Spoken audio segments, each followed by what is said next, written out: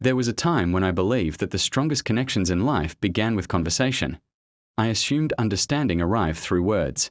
That two people slowly moved toward each other one sentence at a time, exchanging stories until familiarity eventually became trust.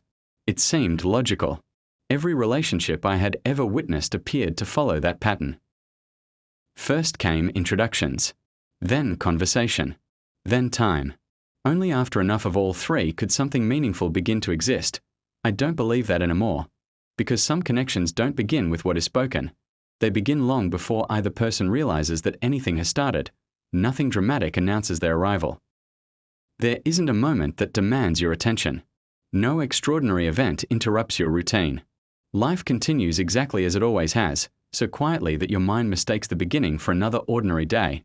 Only later do you realize that something invisible had already shifted. Perhaps it was the way a silence felt unexpectedly complete. Perhaps it was the strange familiarity of someone whose history you did not know. Or perhaps it was nothing you could describe at all. That is the unsettling part. The moments capable of changing your inner world rarely arrive carrying enough evidence to convince your logical mind that they matter. They don't ask to be remembered. They don't introduce themselves as turning points. They simply exist, patiently, almost unnoticed, until one day you discover they have been reshaping your thoughts for far longer than you ever imagined. I've always been fascinated by moments like that, not because I enjoy mystery, and certainly not because I believe every coincidence hides some larger meaning. I've simply spent enough years observing people to understand that the most important things about them are rarely the things they intentionally reveal. Words have never impressed me.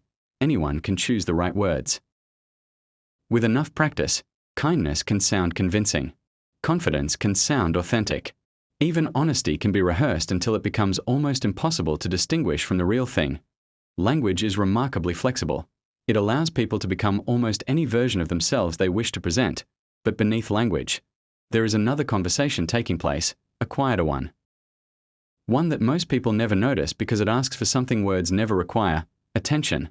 I've always trusted that conversation more, the pause that appears before an answer, the almost invisible hesitation when someone reaches the edge of saying what they truly feel, then quietly chooses something safer instead.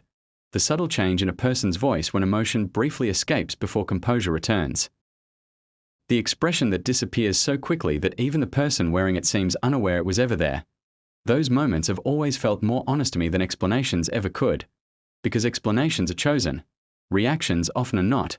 And over time, listening to that silent language changed the way I experienced almost every conversation. I stopped asking myself whether people meant what they said. Instead, I found myself wondering what remained unsaid, not because I distrusted people, because I slowly realized that everyone carries thoughts too precise for ordinary language. Some experiences lose something the moment they translate it into words, not because language is weak, because certain truths exist more clearly as feelings than as sentences. Perhaps that's why silence has never frightened me. Most people experience silence as absence. I have always experienced it as information. Sometimes a pause reveals more than an entire conversation ever could. This is only the opening. It naturally sets up the next movement.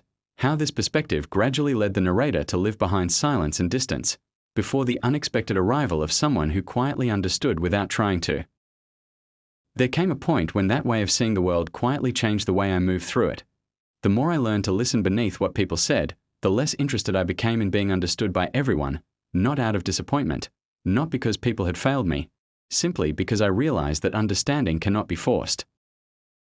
You can explain your thoughts with perfect clarity, yet someone will still hear them through the architecture of their own experiences. Every sentence is filtered through memories you have never lived, fears you have never carried, and beliefs you never asked them to have. Eventually, I stopped believing that every misunderstanding needed to be corrected. Some people only meet the version of you their imagination allows. No amount of explanation changes that. So I became quieter, not quieter in personality, quieter in expectation. I stopped measuring connection by how much people knew about me. Information has never been the same as understanding. Someone can memorize every detail of your life and still remain a stranger to the person living it. Another can know almost nothing about your history and somehow recognize the direction your thoughts are moving before you speak them. That difference fascinated me. It still does, perhaps because I have always believed that every human being exists twice. There is the person visible to the world, and there is the quieter self that never fully becomes language. The second one is far more difficult to reach, not because it hides, because it cannot survive being rushed. We live in a world that rewards immediate conclusions. Within moments of meeting someone, we begin assigning descriptions: confident, reserved, kind, difficult, interesting, ordinary. Labels give the mind relief. They create the comforting illusion that complexity has been understood, but people are not conclusions. They are unfolding processes. The version you meet today is already changing before tomorrow arrives. How, then, could a single impression ever contain an entire person? That question stayed with me for years.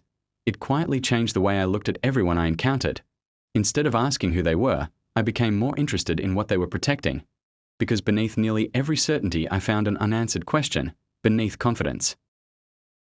A fear of becoming invisible, beneath humor. An exhaustion no one seemed to notice, beneath independence. A longing that had simply learned to stop asking. The older I became, the more I realized that people rarely hide because they enjoy pretending. They hide because certain parts of themselves were once misunderstood. After enough misunderstandings, silence begins to feel safer than explanation. I understood that feeling better than I wanted to admit.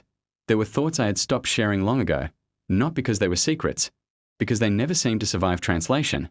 Every time I tried to describe them, they became smaller than they had been inside my mind. Eventually, I accepted that not everything meaningful needed to become conversation. Some things could simply remain experience.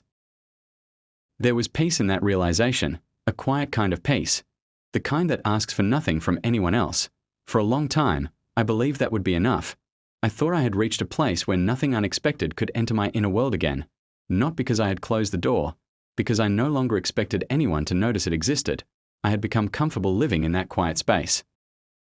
Comfortable enough to mistake stillness for permanence.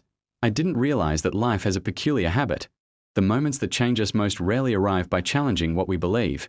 They arrive by gently revealing that what we believed was only part of the truth, and somehow, without noise, without intention, without either of us recognizing it at first, that revelation had already begun.